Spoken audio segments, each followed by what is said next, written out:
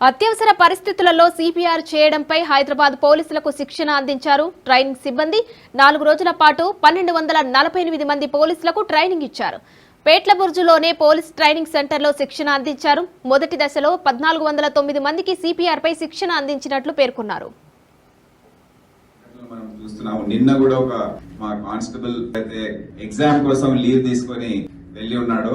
అతను ఇంట్లో ఉన్నాడు, చదువుతున్నాడు. సడన్ గా అతనికి హార్ట్ అటాక్ వచ్చి చనిపోయిందని లీవ్ లో ఉన్నప్పుడు వార్త అందింది. ఈ విధంగా సంఘటనలు చాలా రిపోర్ట్ అవుతుంది. ఆయన వయసు కూడా 31 ఇయర్స్.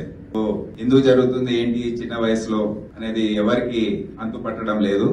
కోవిడ్ తర్వాత ఈ సంఘటనలు ఎక్కువ జరగడంతో కోవిడ్ మహమ్మారి సందర్భంగా జరిగిన పరిణామాల వల్ల దాని ఎఫెక్ట్ ఉండొచ్చని అనుకుంటున్నారు. కానీ సరైన సమాధానం ఎవరికి తెలియదు. అందుకని ప్రతి కుటుంబంలో ఇంకో ఎన్నో సంఘటనలు ఉన్నాయి, ఇక చెప్పుకుంటూ పోతే చాలా ఉన్నాయి. జిమ్ లో కానివ్వండి, ఇంట్లో కానివ్వండి, లేడీస్ ఆడవాళ్ళు హెల్దీగా ఉన్న వాళ్ళు, జిమ్ చేసే వాళ్ళందరూ కూడా ఎందుకో అప్పుడప్పుడు ఇటువంటి సంఘటనలు రిపోర్ట్.